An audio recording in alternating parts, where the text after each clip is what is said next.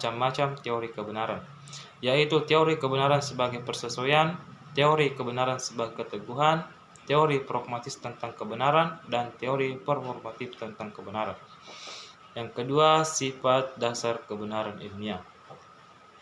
Teori kebenaran sebagai persesuaian. Menurut Aristoteles, mengatakan hal yang ada sebagai tidak ada atau yang tidak ada sebagai ada adalah salah. Menurut teori ini, kebenaran adalah soal kesesuaian antara apa yang diklaim sebagai diketahui dengan kenyataan yang ada. Yang pertama, teori ini sangat ditekankan oleh aliran empirisme yang mengutamakan pengalaman dan pengamatan indrawi sebagai sumber utama pengetahuan manusia. Maka teori ini sangat menghargai pengamatan, percobaan, atau pengujian empiris untuk mengungkapkan kenyataan yang sebenarnya. Sehubung dengan itu, teori ini lebih mengutamakan cara kerja dan pengetahuan a posteriori, yaitu pengetahuan yang terungkap hanya melalui dan setelah pengalaman dan percobaan empiris. Yang kedua, teori ini cenderung menegaskan dualitas antara subjek dan objek, antara si pengenal dan yang dikenal. Dengan titik tolak dualitas ini, teori ini lalu menekankan pentingnya objek bagi kebenaran pengetahuan manusia. Bahkan bagi teori ini, yang paling berperan bagi kebenaran pengetahuan manusia adalah objek.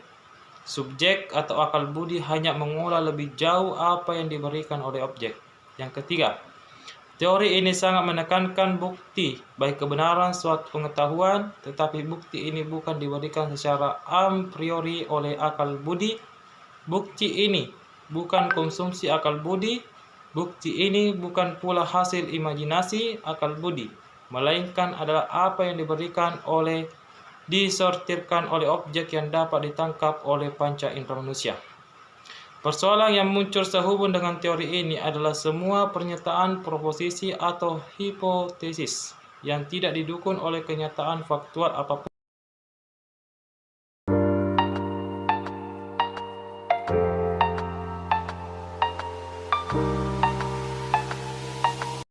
Teori kebenaran sebagai keteguhan. Teori kebenaran sebagai keteguhan dianut oleh kaum rasionalis seperti Leibniz, Spinoza, Descartes, dan Hegel. Menurut teori ini, kebenaran tidak ditemukan dalam kesesuaian antara proposisi dengan kenyataan, melainkan dalam relasi antara proposisi baru dengan proposisi yang sudah ada.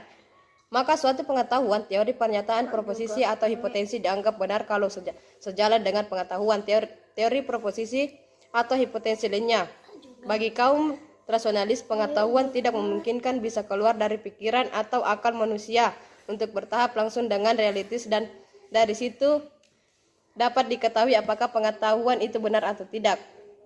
Contoh, lilin akan mencair kalau dimasukkan ke dalam air yang sedang mendidih. Bagi kaum empiris, untuk mengetahui pernyataan ini perlu diadakan percobaan dengan memasukkan lilin ke dalam air yang sedang mendidih untuk mengetahui apakah pernyataan tersebut sesuai dengan kenyataan. 1. Teori kebenaran sebagai keteguhan lebih menekankan kebenaran rasionalis, logis, dan juga cara bekerja deduktif. Dalam hal ini berarti sebagai pengetahuan yang benar hanya didedukasikan atau dirumuskan sebagai konsekuensi logis dari pernyataan-pernyataan lain yang sudah ada dan yang sudah dianggap benar. Konsekuensinya, kebenaran sesuatu pernyataan atau pengetahuan tidak diadakan secara a priori tanpa perlu dicek dengan kenyataan yang ada. 2. Dengan demikian, teori kebenaran sebagai keteguhan lebih menekankan kebenaran dan pengetahuan a priori. A priori, kebenaran ini ini berarti pembuktian atau justifikasi, sama artinya dengan validasi. Memperhatikan apakah kesimpulan yang mengandung kebenaran tadi memang diperlukan secara sahih atau valid dan di proposisi lain yang telah diterima sebagai benar. Teori teori pragmatis tentang kebenaran. Teori ini dikembangkan dan dianut oleh filsafat-filsafat pragmatis dari Amerika seperti Charles Fritz dan William James. Bagi kaum pragmatis, kebenaran sama artinya dengan kegunaan. Jadi, ide konsep pernyataan atau hipotesis yang benar adalah ide yang berguna. Ide yang benar adalah ide yang paling mampu mengumumkan secara seseorang berdasarkan ide itu melakukan secara paling berhasil dan tepat guna. Contohnya, ide bahwa kemacetan di jalan-jalan besar di Jakarta disebabkan terlalu banyak kendaraan pribadi yang didampingi satu orang. Konsepnya wajibkan kendaraan pribadi ditumpangi minimum 3 penumpang.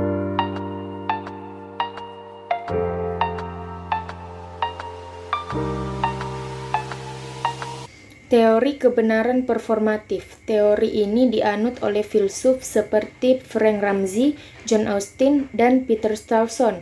Menurut teori ini, suatu pernyataan dianggap benar kalau pernyataan itu menciptakan realitas.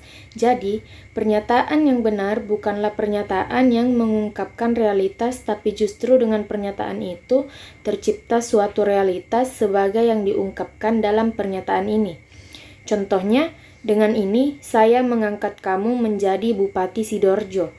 Dengan pernyataan itu tercipta sebuah realitas baru, realitas kamu sebagai Bupati Sidoarjo.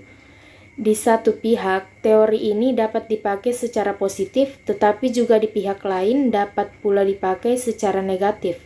Secara positif, dengan pernyataan tertentu, orang berusaha mewujudkan apa yang dinyatakannya. Contohnya, saya bersumpah akan menjadi anak yang akan menemani ibu dalam suka maupun duka. Namun secara negatif, orang dapat pula terlena dengan pernyataan atau ungkapan tersebut sama dengan realitas begitu saja.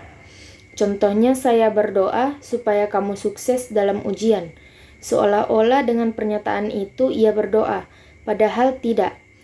Kita semua bisa terjebak dengan pernyataan-pernyataan ini, seolah-olah dengan pernyataan ini tercipta realitas seperti yang dinyatakan. Padahal apa yang dinyatakan belum sendirinya menjadi realitas.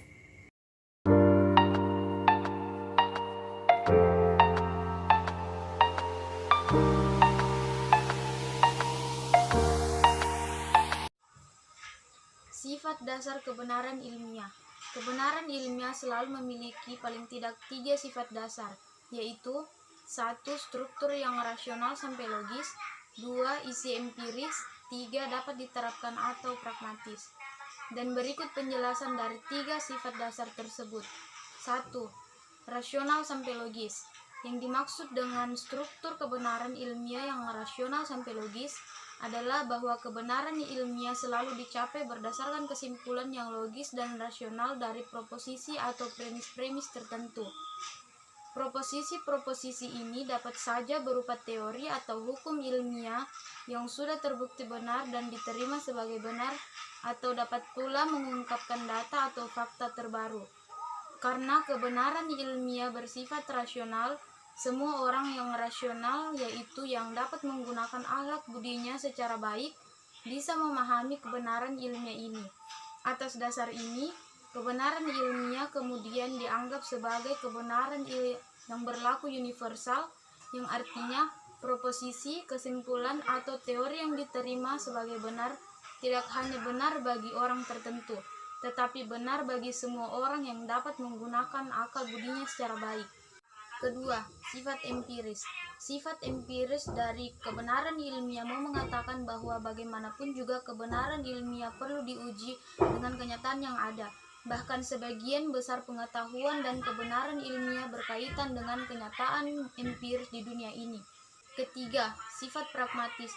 Sifat pragmatis terutama mau menghubungkan kedua sifat kebenaran di atas, yakni rasional sampai logis dan sifat empiris.